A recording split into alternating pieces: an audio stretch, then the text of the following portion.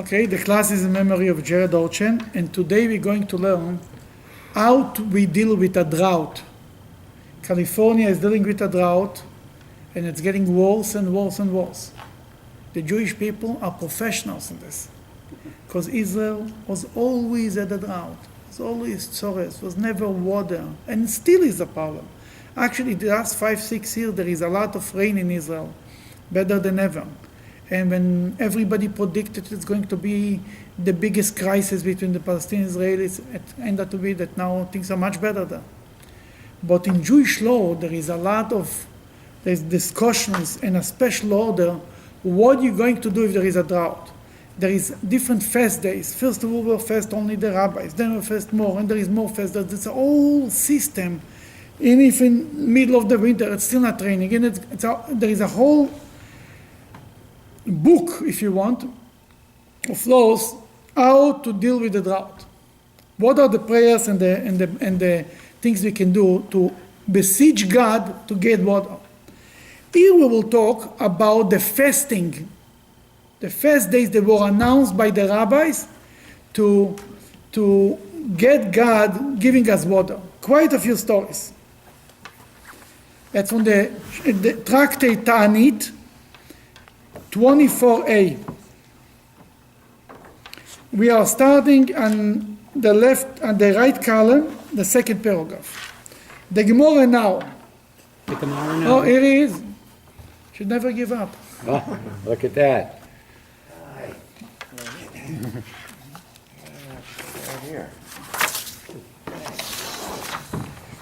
Go ahead. Gemara now Make it. relates Thank you. a series of stories concerning fast decreed by various great people for lack of rain. Rabbi Yehuda Nesiah. Rabbi Yehuda Nesiah is called Nesiah because there was a Rabbi Yehuda Anosi. Rabbi Yehuda Anosi is Rabbi Yehuda the Prince, is the known Rabbi Judah, who lived 70 years after the destruction of the temple around, right? The one who wrote the Mishnah.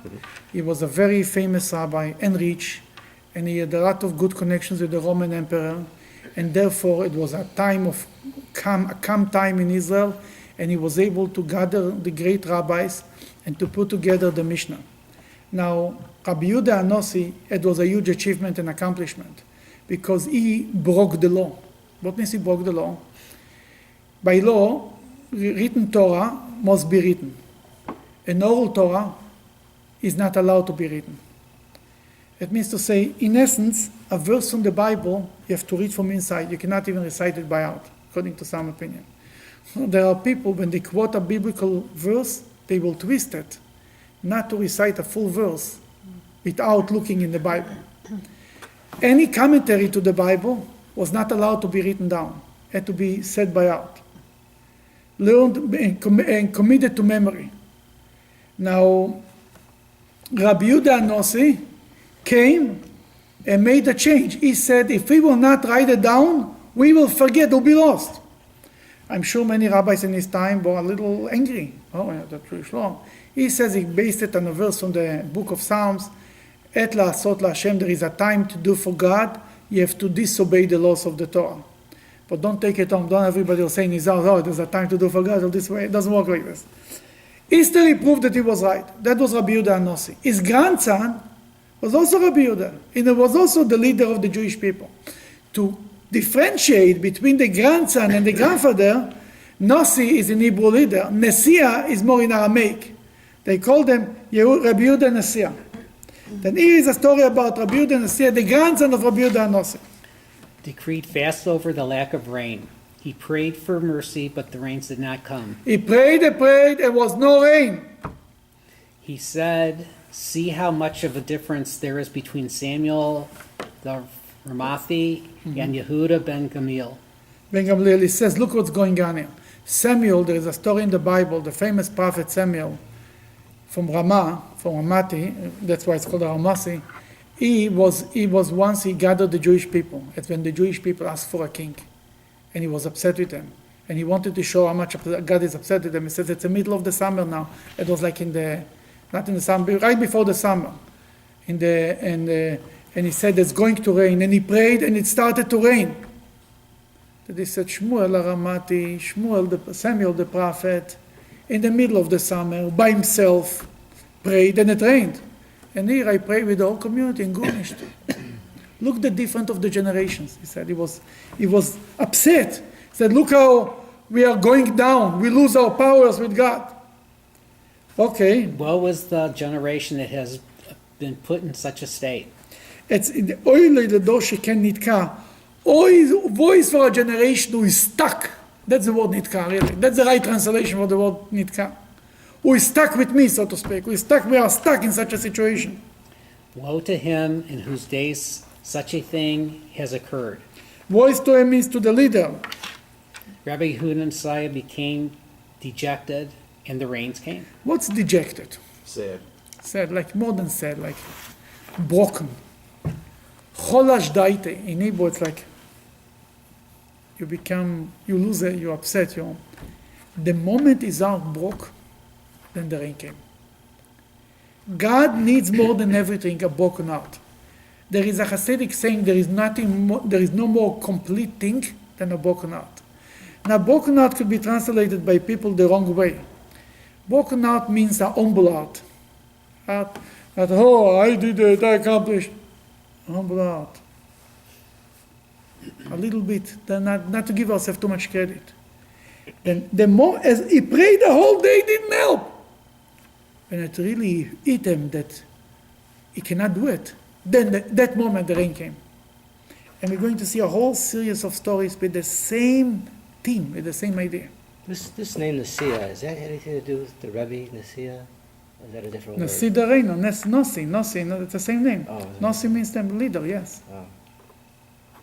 Oh. Yes. Rabbi Yehuda Nossi is the first one to be called Nossi. Since then, many rabbis are called Nossi, yeah. Okay. Having just recounted a story regarding the fast proclaimed by the Nasi, the Gemara now teaches a law based on the rights of the Nasi to declare a fast. The court of the Nasi decreed a fast, but no one informed Rabbi Yochanan and Reish Lakish of this. There were two great rabbis in Israel, Rabbi Yochanan and Reish Lakish, famous for their friendship, and they were brother-in-laws, and a lot of stories about them, but it's a different story. They announced a fast day, and nobody told them. What's the problem with that? The problem with that is, okay, we'll read that, you'll see the problem. Go ahead. In the morning, they were informed that the court of the Nasi had yesterday proclaimed the day of the fast. Reish Lakish said to Rabbi Yochanan, but we did not accept this fast upon ourselves last evening. Here is the law. The law is that if you want to fast a day, if it's Yom Kippur or Tisha B'Av or the 17th of Tammuz is going to be this Sunday a fast day, then you don't have to accept, you don't have to do anything. It's a law, you wake up in the morning, you're fasting. 17th of Tammuz, for example. But let's say you want to have a private fast. You want to fast, you feel sad, you had a bad dream, as we spoke about that lately, or whatever. You want to fast. That the day before, you have to accept upon yourself that tomorrow you're going to make a fast. You have to, in thinking and better even saying, tomorrow I'm going to fast. Only then the fast is considered a fast. If you wake up in the morning, you just didn't eat because you were running around, you were too busy, it's not a fast. That Reish Lakish tells Rabbi Yochanan, what we did not accept upon ourselves the fast last night. And that's why they were upset that nobody told them before. He answered them, we are drawn after them. We are drawn after them. The moment the Nasi, the leader of the Jewish people, decides of a fast, it's a law, and everybody has to join them. We do not have to take upon. It's not anymore a private fast. It becomes a community fast, and not everyone has to take upon himself in the night before the day before that is going to fast tomorrow, to make a promise that he's going to fast tomorrow. If he never made this promise, he has to join the fast, and it's considered a fast in the eyes of God. The Gemara relates another story concerning a fast proclaimed by the court of the Nasi. Once the court of the Nasi decreed a fast, but the rains did not come. In response, Oshaya, the youngest of the colleagues in the yeshiva, quoted them in the teachings of the Baraisa, and in regard to the following verse, if it should happen that it was hidden from the eyes of the congregation and done in error. The verse uses the expression eyes of the congregation. There is a law that says there is if there is a mistake in the Torah, it's written in Vayikra, in Leviticus, if the Beit Din, if the Sanhedrin gave the wrong decision, issued an order, and they said something is allowed that was not allowed, and the whole community did it. That he said if from the leaders, from the eyes of the leaders, it was a mistake, there is a special sacrifice that the Jewish people bring because it was a community mistake, if you want. But the language that the Bible is using, me'einei aida, now go it. The verse uses the expression eyes of the congregation. To refer to the Sanhedrin, the leadership of the people, giving rise to the following analogy. Okay. Then the leaders of the Jewish people are called the eyes of the people. What's a leader? The guy who goes first. He's the eyes of the community. He shows the way. And the eyes of the community made a mistake. But first of all, we see in the Bible that the leaders of the community are called the eyes of the community. They are everything. They cannot make a mistake. It's like the first sheep who goes, if she's blind, everybody falls in. The eyes of the leadership, they are responsible for everything. Now he brought an analogy, this rabbi, the youngest students gave an analogy that somebody didn't like. Go ahead. This is comparable to a bride-to-be who is still living in her father's home. As long as her eyes are comely, the rest of her body need not be checked. But if her eyes are weak, her entire body needs to be checked. What does this mean? It means to say when the bride is in her father's house, somebody wants to marry this girl, right? He says as long as you look at the eyes look healthy, usually the body is healthy. If something in the body, in the eyes shows that something in the eyes is not so healthy, that means you have to check the whole body. He took it as an allegorical view. Continue to read. Similarly, if the leadership of the people is found to be worthy, the deeds of the populace are not so carefully scrutinized.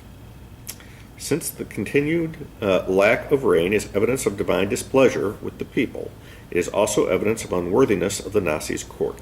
he says like this, you decided to make the fast day, right? You made the decree to make a fast day. And God didn't listen to you. It means something is wrong in the eyes of the community. That if the bride's eyes are not good, something in the whole body is not good. Basically, he wanted to say that something in the leadership is not healthy. That's what the youngest of the disciples said about the leadership. At that time, the Nasi, it was in Israel. I think I don't know if it was in Israel or in Babylon, but the Nasi had a lot of power. Could be it was in Israel, I don't know. Okay, continue, David. The Nasi's court did not take kindly to this reproach and sought to punish Oshaya. The Nasi's servants came and threw a kerchief around Oshaya's neck and began hurting him. The people of his place came to the aid of Oshaya and said to them, the Nasi's agents, "Leave him be, because he harasses us with his reproaches as well. However, since we see that all his actions are meant for the sake of heaven, we no longer say anything to him and leave him be. You too should therefore leave him be." See what he said like this. Yeah, Yoshaya said something against you. What, you're getting all worked up. He's doing it to us every day. He reprimands us and yells at us and screams at us that we are not good enough. But we don't bother him. Why? Because we see he really means it. He's a righteous man. He's doing it for the sake of heaven. He's not here to insult us. He really cares. Then you also leave him alone. He meant it to say he didn't want to insult the court. He really said that we have a problem here. We have to do tshuva. That they left him alone. That's a by the way story about when the leaders, when the hours of the presidency, so to speak, the office of presidency of the Jewish people decreed a fast day. Now we'll go back to the stories of the fast days that were taking place when the Jewish people did not have rain. Please. The Gemara relates another story about a Nasi's prayer for rain that was not immediately answered. Rebbe decreed a fast, but the rains did not come. Ilpha then went down before the ark in Rebbe's presence to lead the prayers, and some say it was Reb Ilphai who went down to lead the prayers. Ilfa, a famous rabbi known in the Talmud, Ilfa went down and started to pray. Rebbe is Rabbi Yehuda Anossi, we just spoke about it before, the leader of the Jewish people, the biggest macher, everything. It's called in Judaism, it's called Rabbeinu HaKodesh, the holy rabbi, the only one who got such a name. They didn't even call him Rabbi Yehuda by the name. When you say Rebbe, everybody knows what you're talking about. He was the author of the Mishnah, he was everything. There is Talmud, there's stories about his death, like unbelievable things about him. When he died, and he get up and prays and good nisht. And then comes Ilfa, and look what happens. Go ahead, continue. When he said, he makes the wind blow, the wind blew. And when he said, he makes the rain fall, the rains came. You know, we say in the Amida, Mashiva Ruach Umorida Geshem, right? That's what we had in the winter. One who makes the wind blow and the rain come down. As he said it, he didn't have to pray all day. It worked right away. Omar le Rabbi said to him, go ahead. Rabbi said to him, what do you do that you merit to have your prayer answered immediately? What's your secret, Rabbi? What is this going on here? That's what he was asking. He said to him, I live in a poverty-stricken village which lacks wine for Kiddush and Havdalah. I therefore exert myself to bring wine for Kiddush and Havdalah and recite the Kiddush and Havdalah for them over the wine, and thereby discharge their obligations for You them. hear? A man lives in a community that nobody can afford to buy wine for Kiddush and Havdalah. A little village, poor people. The poverty at that time was unbelievable. And he used to make a special effort to have 1 cup of wine for Kiddush and for Havdalah. Gather the whole community and make Kiddush for them. And you're not allowed to, Kiddush is a mitzvah, it's an obligation, and Havdalah is another mitzvah. And he did for them this mitzvah. Then because he cared for other Jews that they should do another mitzvah, his prayers were heard right away. Rebbe, the great Rebbe with all his powers, came to this. He needed somebody who cares for simple Jews to do a mitzvah. Here it's an interesting thing, as we see in the second, let's see, there is another story in a similar sense. Go ahead. The Gemara relates another incident similar to the last. Rav came to a certain place which was experiencing a drought. He decreed a fast, but the rains did not come. Rav was in Babylon. Rebbe was in Israel, Rav was in Babylon. Go ahead. A shaliach tzibur went down before the ark. You know what a shliach tzibur is? A chazan. The cantor is called shliach tzibur. Shliach tzibur means the messenger of the community. Tzibur means community, and shliach means messenger. Every chazan is really a shliach tzibur, you understand? Is a messenger of the community to represent the community in place in front of God. Go ahead. A shaliach tzibur went down before the ark in Rav's presence to lead the prayers. When he said, he makes the rain blow, the wind blew. And when he said, he makes the rain fall, the rains came. Rav said to him, what do you do that you merit to have your prayer answered immediately? The rabbis wanted to know right away, what's the secret? What he told them. And he said to Rav, I am a teacher of small children, and I teach the children of the poor as well as the children of the rich, and whoever cannot afford to pay me. I do not take anything from him. Moreover, I own fish ponds, and any child who rebels and refuses to study, I bribe with some of the fish. And we prepare it for him and appease him until he is ready to come and study. Hear what's going on here.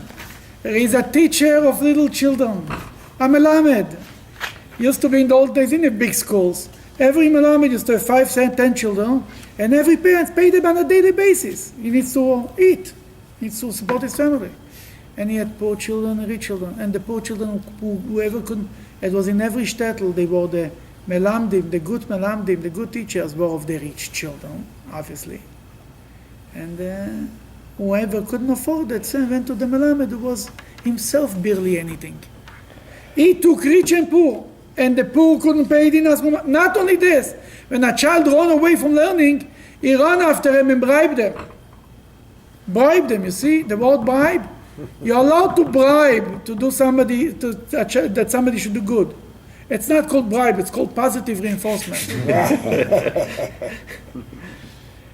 Then this is allowed, and not only allowed, encouraged. My mother decides that a child, I will encourage him to learn Torah, give him a candy. We all get candies. The only difference is what the candy is. But we all are motivated by other things that we want. How do you bribe God again? I remember you said you could bribe God. That's another story. But this is how you bribe God. It says when somebody cares for Jewish poor children to learn Torah, his prayers are heard by God. And we have the two stories here. This is not just, people say, oh, when you do mitzvahs, God listens to it. It's true. When you help the poor, when you take care of the sick, that's all amazing things. But there is something unique about these two stories. They were not just involved in helping the poor, they were helping the poor to do mitzvahs. And this is something unique to our generation. In our generation, generation ago, it was all about physical help. Jews were very poor after the Holocaust, before the Holocaust. And they needed food, if not they would die. Thank God in our generation, most of the Jews are not starving, let's put it this way. But they are spiritual starvation. And what's needed today is spiritual responsibility for another Jew. Sharing with another Jew another mitzvah. Today, people don't make Kiddush and Havdalah not because they cannot afford the wine, because they don't know about it. Because they never heard about Kiddush and they never heard about Havdalah. Never heard enough to care for it. Then when a Jew today goes out, or to teach Jewish children. Today the Jewish children don't learn Yiddishkeit because they cannot afford to pay, because they are parents of poor people. But because the parents don't see the importance of Jewish education. That if you want, that's what the Rebbe introduced to the world. That you have to take spiritual responsibility, not just social responsibility, for the well-being of the physical need of the Jewish people. We have to take care of the well-being of the spiritual need of the Jewish people. Because that's the crisis of our generation, since the Holocaust. Before too, but mainly then. And these two stories are people, there is a verse in the Bible that says, Ki totzi yakar mizolel kefi tiyeh. If you take out precious thing from something they can swallow up, they can get lost, you will be like my mouth. What does this mean?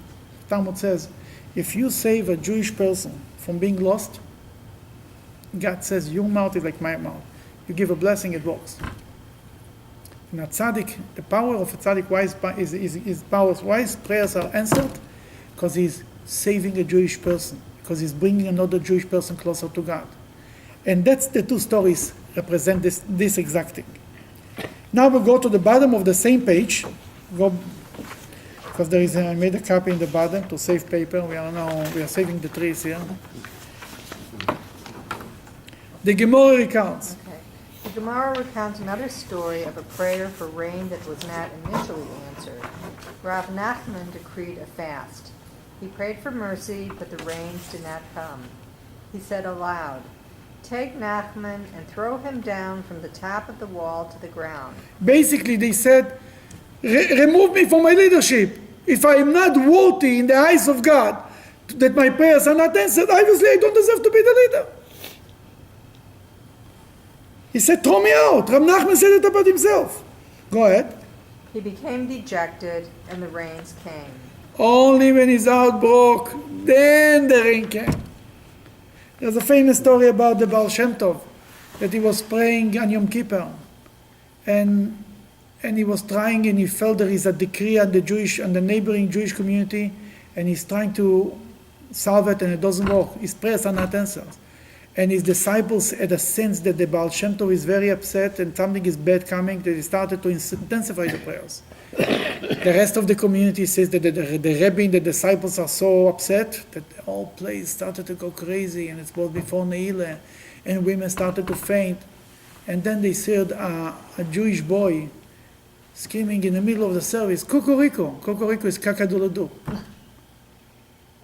And some people say that he took out a flute and he was making sounds with that. On Yom Kippur, you're not allowed to use flutes in the shul. Not in the shul also not. The whole community wanted to throw him out of the shul. The Baal Shem Tov turned around, said, stop him, don't touch him, smiled, finished the service first, he became happy, and everything was good. After Yom Kippur, the big meal that we have after Yom Kippur, there was a time the Baal Shem Tov sitting with his disciples, he was in a good mood, that somebody asked him, Rebbe, what happened today? That he said it was a terrible decree on the neighboring community that their children should die, something like this, because they didn't care for some orphans or for some widow. And no matter what I tried to defend them, nothing worked. And he says, this boy didn't know how to read. He came to shul only on Yom Kippur. And his outcry to God, he said, it's Kim Kukuriko, God help them. He didn't know, he said, something is wrong here. He said, God help them, help these people. He said, this prayer broke everything. Why? Because he was dejected. This prayer, this simple word came, there is a saying, Rachmona liba boy. God wants the heart. Broken heart. Something from the depth of the heart doesn't make a difference how sophisticated it is. How many verses you say. God wants the engagement. What we do Yom Kippur in shul a whole day? People complain the prayers again and again. Yeah. God is waiting for the moment. Maybe, but if you had the moment, you don't want to live. And if you want to live, it means you didn't have this moment. This connection, this cholash daita, this dejecting. I don't even know what deject means, but that's what it means. Okay, another incident along these lines. Go ahead. Rabbah decreed a fast. He prayed for mercy, but the rains did not come. They said to him, but when Rav Yehuda decreed a fast, the rains did come. Why are your prayers not as effective? Can you imagine the other rabbis, and then they work, but you obviously, maybe you're not so great. Okay. He said to them, what shall I do? If you think that this is because of the study of Torah, which was greater under Rav Yehuda, we are in fact superior to them in this regard. Basically says we are studying Torah on a higher level than Rabbi Yehuda was studying Torah. Why? Because in Rav Yehuda's time, all of the teaching was in the Mishnaic order of Nezikim. Nezikim is more legal laws, death and injuries and things like this. So that's what they were concentrating, only in these issues. Whereas we are well versed in all 6 orders of the Mishnah. The Mishnah is divided into 6, not volumes, but 6 different sections. Every one is much more than a volume. He says, we know, I learn everything. I learn more Torah than Rav Yehuda. I am well versed in everything, not just in one profession, so to speak. Go ahead. Moreover, when Rav Yehuda would teach matters relating to the laws of uksin, such as the following Mishnah, if a woman is preserving a vegetable in a pot, and others say it was this Mishnah, olives that one preserved together with their leaves are tahor, he would say, I see her in need for the penetrating analysis of Rab and Shmuel. Basically, we will not get into what the Mishnah is. The point is, he came to points that he didn't understand well. He used to say, I need Rav and Shmuel to come and help me out. He says Rav Yehuda was not well versed in everything. And continue. Whereas we teach tractate Uksin in 13 different schools in this city. Yet when Rav Yehuda... Basically, he wanted to make a point that he's greater in learning Torah than Rabbi Yehuda. And still, when Rabbi Yehuda prays, it works. When he prays, it doesn't work. Go ahead. Yet when Rav Yehuda would remove one shoe as a sign of affliction, God would answer him and the rains would come. Remove one shoe. You know, on Yom Kippur we take off the shoes. It's a statement of affliction. That's why we do it. Because it's written in the Torah, it's written, on Yom Kippur you have to afflict yourself. One of the ways to afflict yourself, not to eat, not to drink, one of the things is not to wear shoes. Then when he took off his shoes, it was a fast day. He took off the shoes. He says he used to take off one shoe. It was raining already. That was how great Rabbi Yehuda was. Go ahead. Whereas we cry out all day in prayer and no attention is paid to us. If it is because of my deeds, then if there is anyone who saw me do anything improper, let him come forth and say. He says, I don't know, learning Torah, I do better than Rabbi Yehuda. Good deeds, if anybody thinks that I did anything wrong, can you imagine a rabbi can stand up and say, if anybody thinks, come and tell me, I want to hear, please tell me. He's got to practice his humbleness, is what he's got to do. No, he was very humble. He's saying, I do this. and No, but he says, if anybody thinks that I'm wrong, let him. You have to be very humble to say such a statement. Most of the rabbis wouldn't take the risk to say such a line. He says, then tell me, go ahead. But what can the leaders of the generation do if the people of their generation do not appear favorably in the eyes of God? He blamed the generation. He says, I'm not less than Rabbi Yehuda, but you guys. Yeah. The Gemara relates. The Gemara relates how the rains came for Rav Yehuda. Rav Yehuda saw two people who were sporting with bread by throwing it back and forth playfully. They were playing with bread. And this story will tell us why in Judaism food is so, we respect food. Go ahead. He said, it is evident from that there is an abundance of food in the world. He focused his eyes angrily upon these people, and there was a famine. Rabbi Yehuda got upset that people throw bread on each other.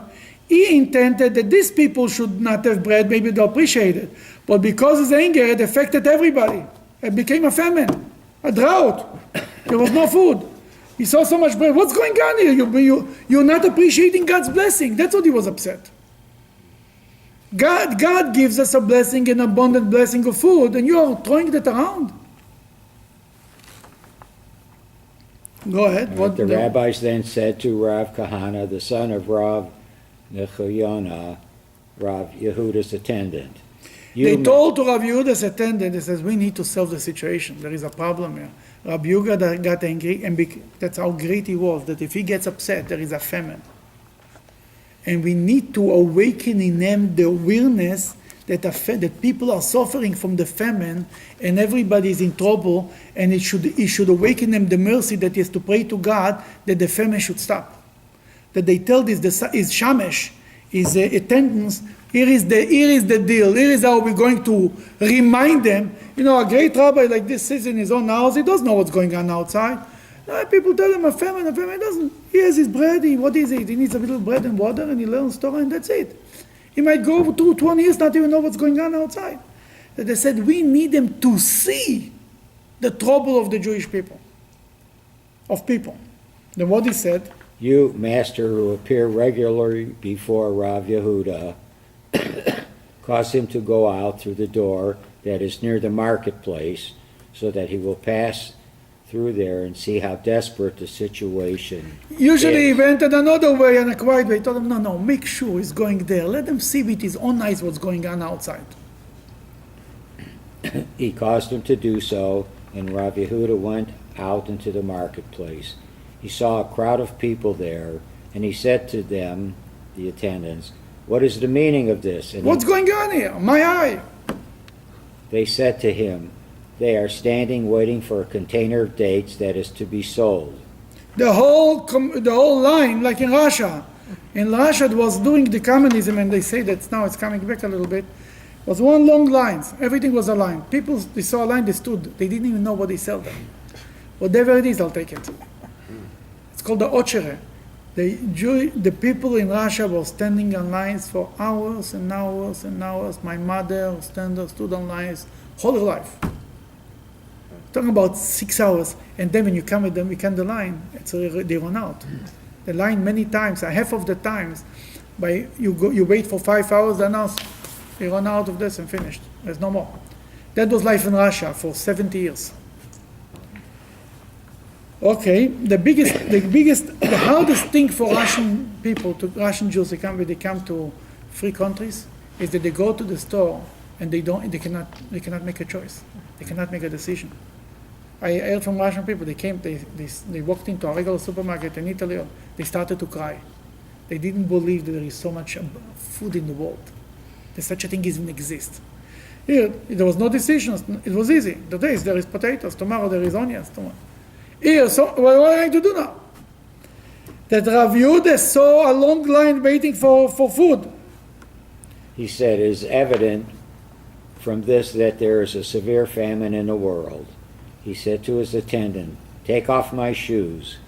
He removed one shoe, and the rains came.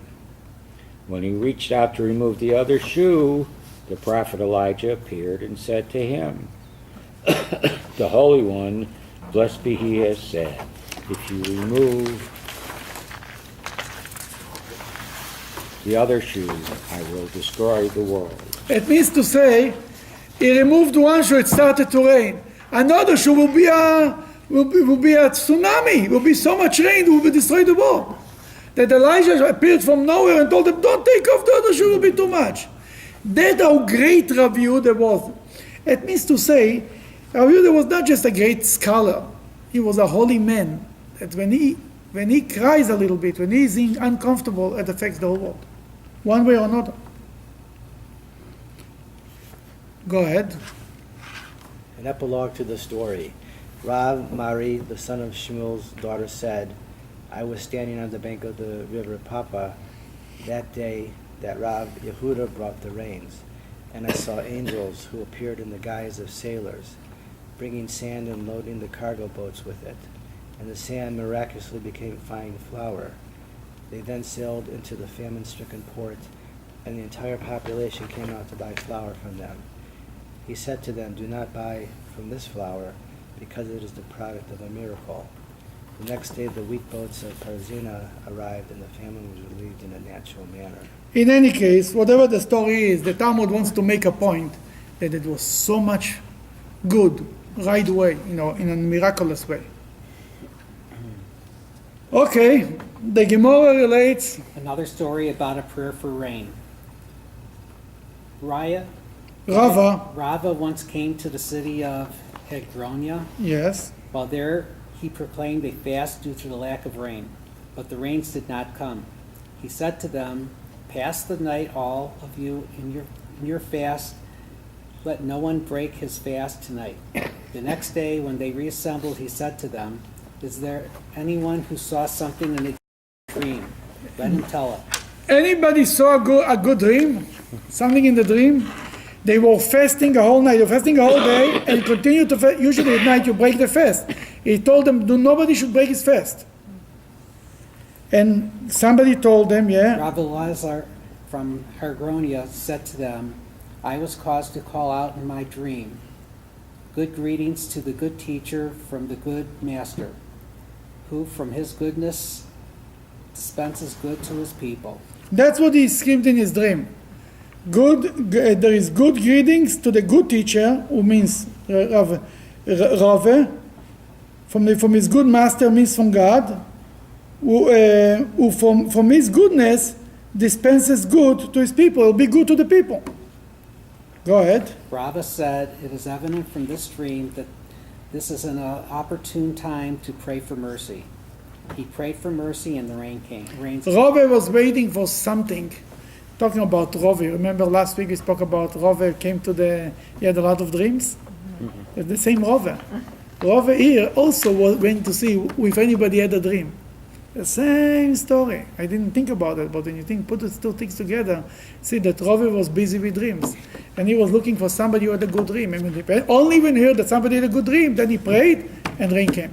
He says that an opportune time, it's called Et Ratzon, a special time from God. Every week we have a Et Ratzon. When is the Et Ratzon every week? When is the most opportune time of the week? Is it like midnight and a certain time? No. Shabbat? Shabbat afternoon, before Shabbat is over. ואני תפילתי לך שם עת רצון. It's an opportune time. From Shabbat itself, before Shabbat is over, is a special time by God for people. And it's a very precious time. And if everybody wants something special, don't miss the opportunity. That's the time Be to there come. for doubt, right? Exactly. Quick question about Rav and Rava. They were both in Babylonia. They weren't Yes. contemporaries, though. When did No, they, Rav was, I think, before. Abai and Rov and Rav. But I don't know. do you know kind of which eras they were in? I mean, I can guess, but I have to check it out. Okay. There is many books to show, straighten everything out. They tell you exactly where everybody was. No, but they were not contemporaries. No, Abai, Rov, and Rav and Shmuel. I think Abai, Rov were before, but maybe not. I'm not sure. I don't know. Okay, the Gemara tells us. Go ahead. the Gemara tells of an incident in which Rava's prayer for rain was deemed inappropriate. There was a certain person who was sentenced to lashes in the court of Rava because he had cohabitated with a Kuthite woman. Rava had the man flogged, and the man died. The matter became known to the palace of King Shapur, The king heard about it. who wanted to punish Rava. Ifra Hermes, the mother of King Shapur, said to her son, "Do not quarrel with the Jews." She told them the government wanted to punish Rava for causing this person somehow to die. That his mother told them, "Don't touch the Jews. Don't mess around with the Jews." Why? Because whatever they ask from their God, he grants them. He said to her, "What is it that he grants them?"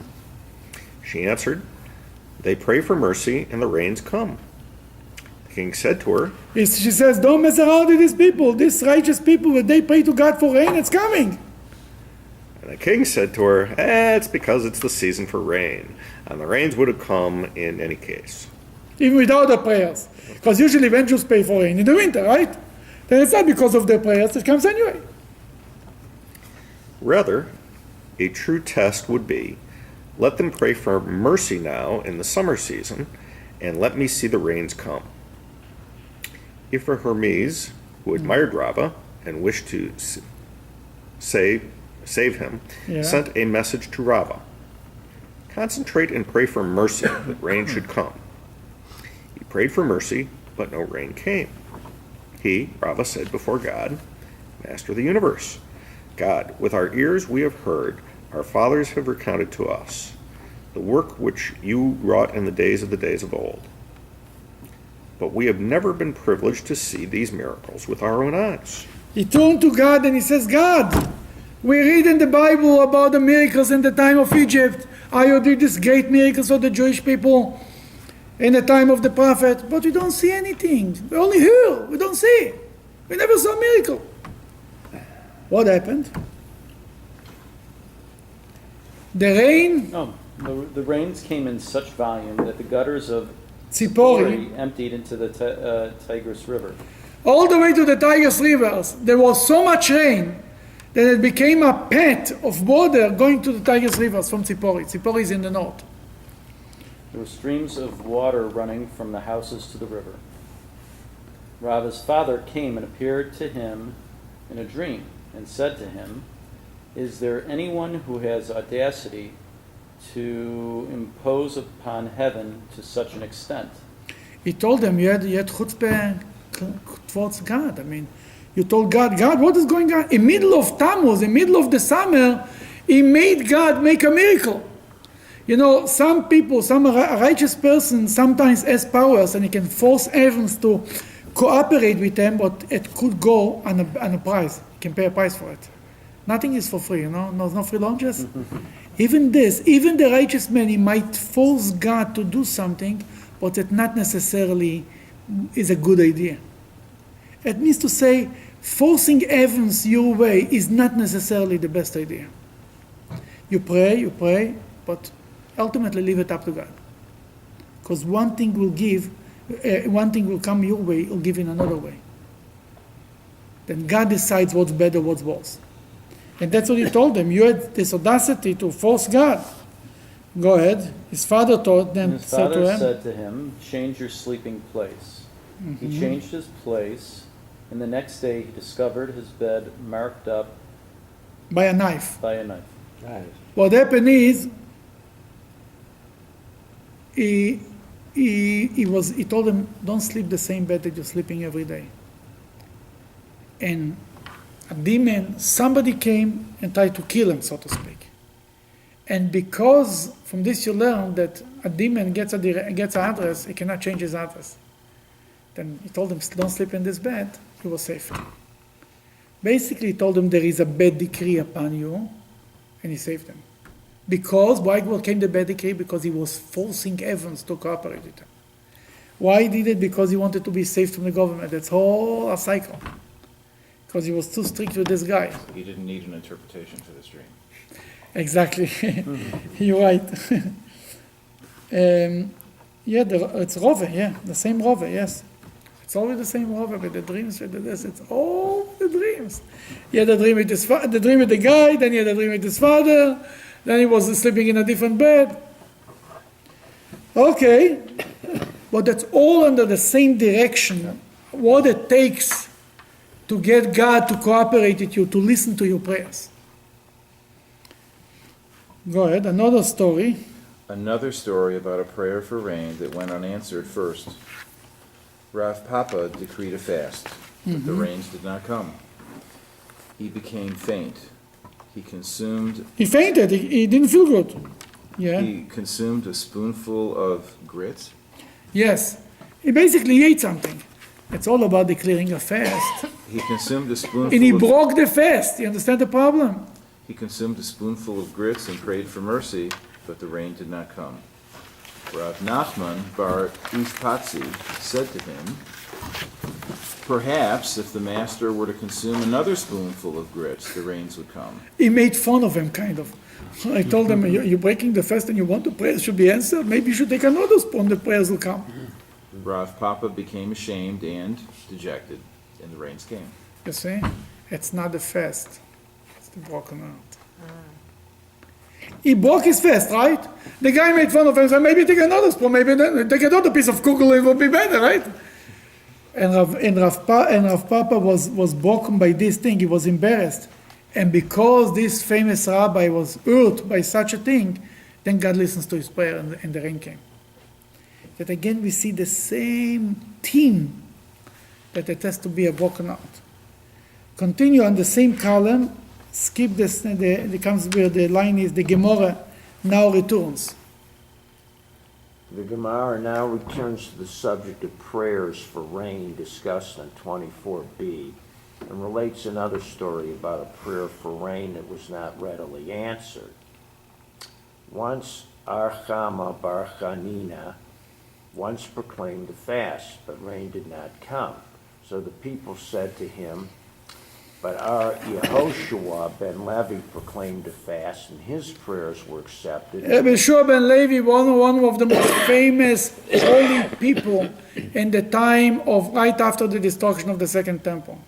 Yehoshua ben Levi, there is so many miracles written about them that the people of the town told them, but Rabbi Yehoshua ben Levi, when he prayed, when the old Rebbe was alive, and he prayed, and that worked. Okay, he replied to them, what is the comparison? Here it is I who praise. There it is the son of Levi. Here you see a different reaction. In the other story, the other rabbi tried to say that he's better than. Here he says, you're comparing me to Rabbi Yehoshua ben Levi. Me, I'm praying. Rabbi Yehoshua ben Levi, the great holy man.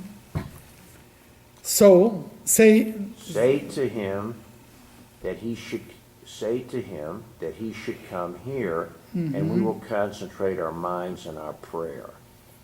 Perhaps thereby the people will break the stubbornness of their hearts and repent, so that rain will come. They prayed for mercy, but rain still did not come.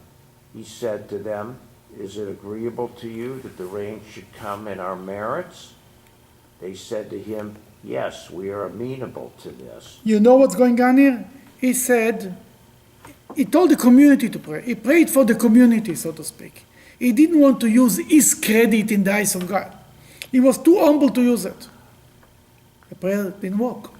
He said, would you mind if I will ask from God, for me the rain should come?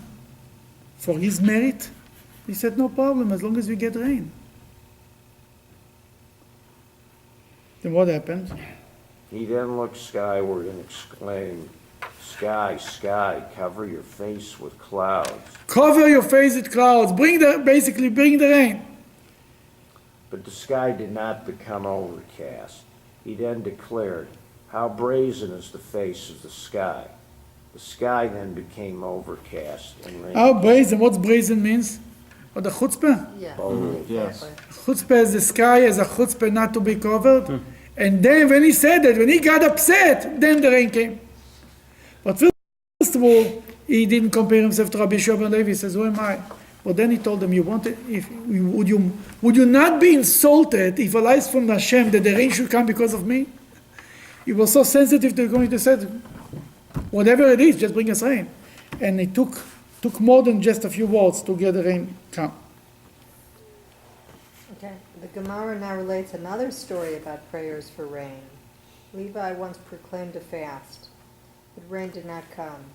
He said before God, Master of the universe, you went up and sat on high, and you do not have mercy on your children. You hear? He turned to God and says, you went on up, you're aloof, you're disconnected. You're sitting there and you don't see what's going on with your children. God answered Levi's prayer and rain came. But Levi became lame because he spoke disrespectfully to God. He became lame because he was spoke disrespectfully to God. I mean, if you're taking the risk, go ahead, you might accomplish, but as we said before, it not always comes with a price. Sometimes it comes with a price. Go ahead. Reb Elazar said, a person should never cast words of complaint upward to heaven. For a great person once cast words of complaint upward to heaven, and he became lame because of it. And who was this person? Levi. Exactly. The Gemara asks, Was it this act of disrespect that caused him to become lame? But elsewhere we learned that Levi demonstrated Kida bowing in front of Rebbe, and he became lame from it. It was thus this Kida bowing means a bowing, basically. that made him lame, not his disrespect to God. Yes, he once bowed down in such a way that made him, something broke in his neck, and that's why he was lame. Not because of this story that the Talmud says, the Gemara answers. Both this and that caused him to become lame. Yeah, physically it was because he bowed down by Rabbi, but the real reason why it happened, because he spoke against God. For sure, there is always a physical excuse why something bad happened. But why it happened, why such an injury comes, and because of this he spoke against God. That's what the Talmud says. And the Talmud says, therefore you never complain to God. You never say, oh God, how dare you do it? You ask for mercy. You don't demand, you ask for mercy. That's a known thing, and that's the way the Jewish people always pray to God.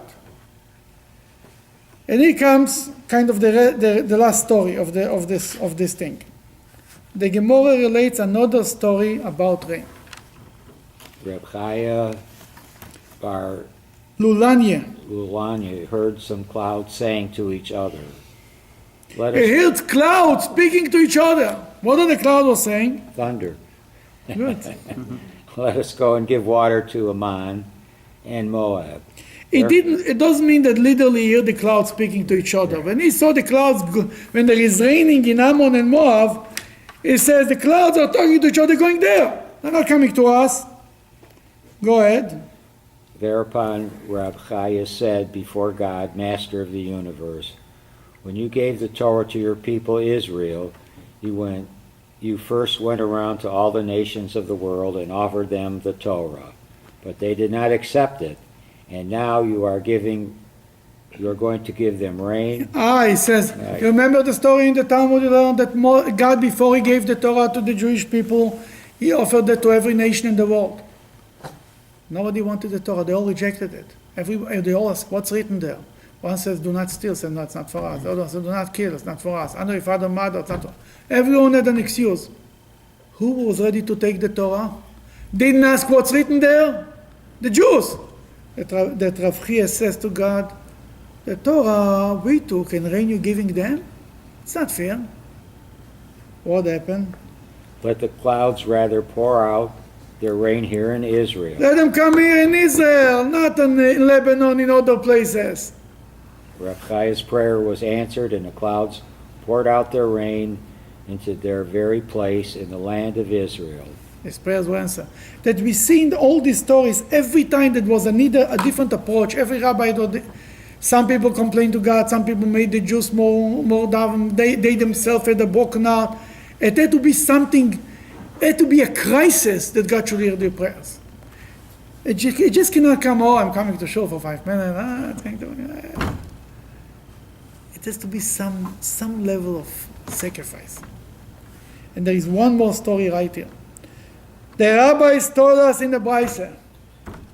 It once happened that Rabbi Elazar ben Hyrcanus proclaimed 13 fasts on the community. When no rains fell, after the final fast, the people began to leave the synagogue. 13 fasts, that's the law. There is a whole set of, eventually you come up to 13 fast days. He left, it was a 13th fast day, and nothing worked. Rain didn't come down. That the community, go ahead. Rabbi Elazar said to them, The people started to leave the shul after the 13th fast. did you prepare graves for yourselves? You hear what he told to them? He says, guys, you prepared grave for yourself? Where are you going home? All the people burst out crying, and the rains fell. Another time it happened that Then when everybody started to cry, then the rains fell. broken heart. No. And then it happened that Rabbi Elazar went down before the ark in the capacity of Shliach Tzibur and said the Shemona Ezra of 24 blessings. There is a special prayer, 24 blessings that we're saying for a time when there is no rain, a special prayer. Rabbi Elazar said, Rabbi Elazar the Great said all of them. He was a great rabbi and he said all of them. And nothing worked. Go ahead. They were enacted for fast, but he was not answered. Rabbi Akiva then went down before the ark after him and prayed, Our Father, our King, we have no king but you. Avinu Malkeinu Ein Lonu Melech Eloto, the famous Avinu Malkeinu we say on the holidays. Rabbi Elazar went and prayed 24 prayers and nothing. Rabbi Akiva said one line. He says, Avinu Malkeinu, and it worked. Go Our ahead. Father, King, for your sake have compassion on us. And the rains fell. The rabbis began murmuring. And the rains fell. Rains fell. That's why we say it on the holidays, because we learn from the Talmud how effective this prayer is. For me, this is the source for the Avinu Malkeinu prayer. Go ahead.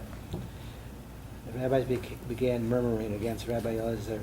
A heavenly voice went forth and declared, not because this one, Rabbi Akiva, is greater than the other, but because this one, Rabbi Akiva, is a forgiving person, whereas that one, Rabbi Elazar, is not a forgiving person. You hear? The rabbis start to say, oh, we thought Rabbi Elazar the great rabbi, and it comes out that Rabbi Akiva is the greater. He says, no. The voice of heaven said, it's not that Rabbi Akiva is greater than Rabbi Elazar, but Rabbi Akiva gives in, forgives. And Rabbi Elazar is too strict about his opinion, and he sticks to his thing, and he doesn't give in. When you're a forgiving person, you're more merciful, when you're a broken heart, then God is listening to your prayers. There is a story about the Alter Rebbe. The first Chabad Rebbe, there were farmers came, it was in Russia, and they said, Rebbe, it's all winter, it's not raining, and it's terrible. I said, what should I do? I cannot help you pray. Goodbye. They walked out, the heart broken. The grandson met them outside. The grandson later became a Rebbe. The grandson said, what's going on? He says, we came to your grandfather. He said, he cannot help us. He says, go back and tell him that if he cannot help you, why he became a Rebbe? He said, we cannot say it to the, like crazy, we'll say it to the Rebbe. He said, just go, I'm telling you. They walked in, they said exactly what he told them. But if you can help us, why don't help us? If not, why you're a Rebbe? What is going on here? He became very serious. And he put his hand on it, and he says, go, it's going to be. They didn't have a chance to leave town. It was raining that they were stuck in the city for 2 days. Later, the grandfather said, I know, gave him this advice. It must be my grandson. And they asked the grandson, that he said it was based on this idea from the Talmud. Cholash daite. He had to be dejected. He had to be some crisis had to happen there. And only then the rain came. And that gives an explanation, maybe. You know, the whole story in the Bible with Moses with the rock. Moses speaks to the rock, nothing worked, right? Then he hit the rock and it worked. What happened? Moses got upset. And he turned to the Jews, he said, listen, rebels. When Moses got upset and he got hurt, then the water came. The whole thing that comes from the Talmud, I think the source from it is in the story of Moses. Only when Moses got upset, he brought the rain. He came, he spoke to the rock, he was relaxed, the rock was relaxed, nobody was moving. Even in the first story, that was a story with the rock twice in the Bible. In the beginning of the 4 years and the end of the 4 years. The first 4 years also, they came to Moses, give us rain. Moses turned to God, he says, what am I going to do? What he said, what are you going to do to him? He was afraid. They are going to stone me. God said, don't worry, they're not stone. But this outcry from Moses, they're going to stone me, that brought the water. And the second time Moses is speaking to the rock, sure, it's not going to happen anything. When Moses got upset, he saw the rock is not speaking, he's not doing it. He turns to the Jews, he says, you are rebels, you know. When he turned down, when he got upset, then the water came. The same thing is here. God, who can make the difference? Somebody who really, really, really cares. And when it touches you to the depth of the depth, then it makes a difference. It's not how many words you say. It's how you feel about it.